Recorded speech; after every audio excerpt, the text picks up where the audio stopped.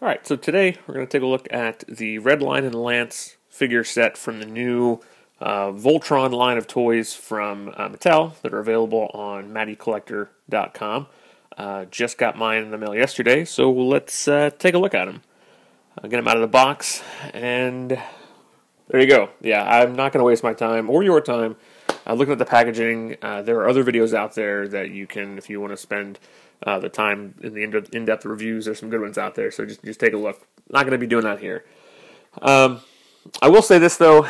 There is a way. The packaging is awesome. Like, it is really great. And there is a way that you can just take the stickers off carefully from the one side. So if you want to display the lion in here, you can. It's got the lava from the TV show where the red lion lives.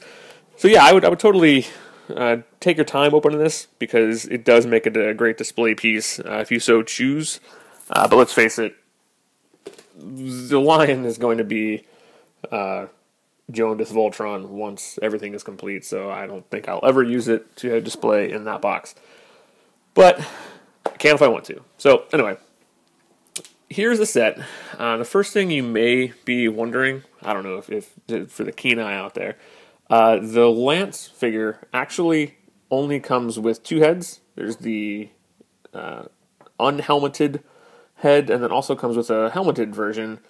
But I had put the helmet head on the figure and took it off, and apparently I only had a hold of the helmet, so the helmet popped off and left this bald head. Well, focus? I don't know. Whatever. You get the point. But anyway, so I'm glad that happened, because I actually think that this makes for a cooler display option. And that way you get all the details of, his hair, the helmet. It's kind of all on there as one.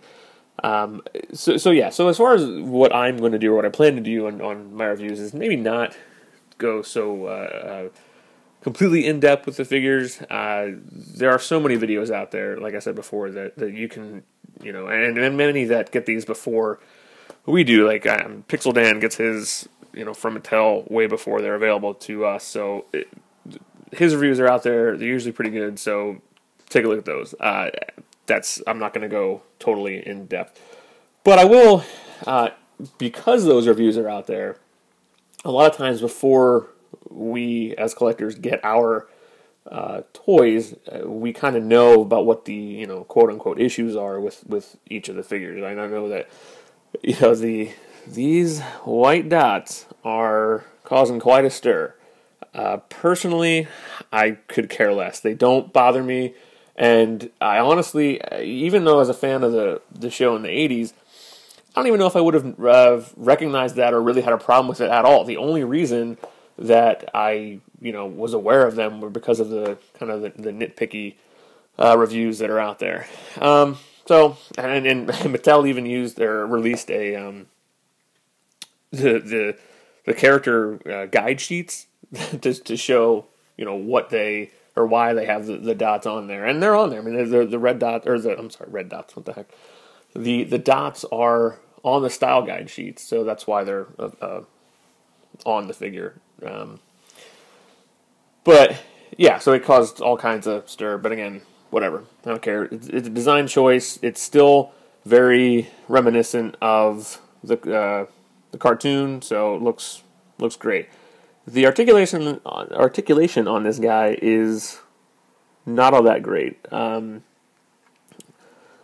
The biggest problem I have with it is, I guess, the price for what this was originally going to be, and this might be why they decided to combine the sets. It was going to be, as we already probably know, the pilots were going to be shipped separately than the lions, so we would actually have a shipment every month for 10 months at least for the Club Lion Force. And I'm glad they decided to change that. I know some people would want to get an extra pilot, and they can't do that anymore. Maybe down the road they'll re-release them, but personally, I don't care. I mean, the pilot, in my mind, is never going to be in the line as far as a collector in my display, because you have that figure. You don't want to hide him in the cockpit and not have him, out and be seen. You paid the money for it, display him.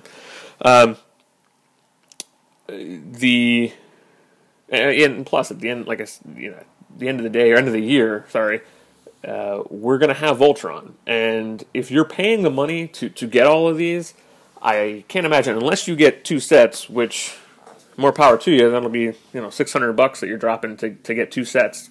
That's fine, and people will do it.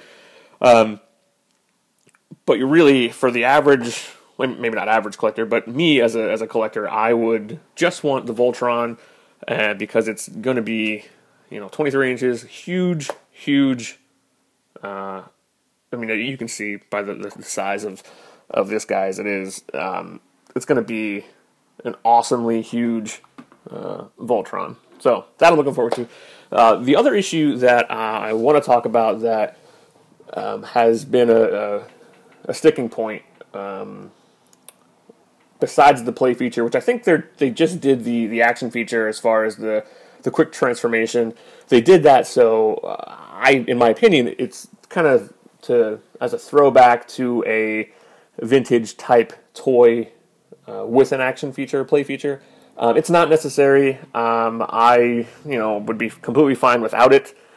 But the other major problem that people have with it is the lack of articulation right there. So once Voltron is completely formed, he's not going to have that bicep swivel, which is very, as far we've come to expect in modern toys and collectors items and stuff like that. So I think my opinion as to why it is not like that, because this thing will be such a huge Voltron, having that swivel, I think, probably caused design issues as far as, in the end, I think that would be a loose joint at the end of the day. These are really, the way that they did the rest of these joints are very tight, and that's awesome. But I think that would have, holding the sword, having that out once it's finally fully formed Voltron, I think that's why they did not put the bicep swivel in there. Would it be awesome? Totally. But the draw for this is not necessarily the articulation. The draw is the size. It's going to be huge. Like I said, can't wait. But if you want to a Voltron with the articulation, get that guy. Get the Blazing Sword Voltron. They just made it available on Matty again. And to me, that's we don't have that bicep swivel, but we have this. So I think, I think a lot, but whatever. It's my opinion, so deal with it. That's why. We don't have it there, but we have all kinds of awesome articulation on this guy. So get him, get this, and be happy.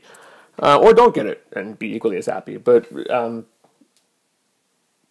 I think I kind of went off on a rant there. But the value I was talking about before, not having him be $15 separately, having them packaged together, that to me is a better value. For $50, it's still a little steep, but it's an online exclusive.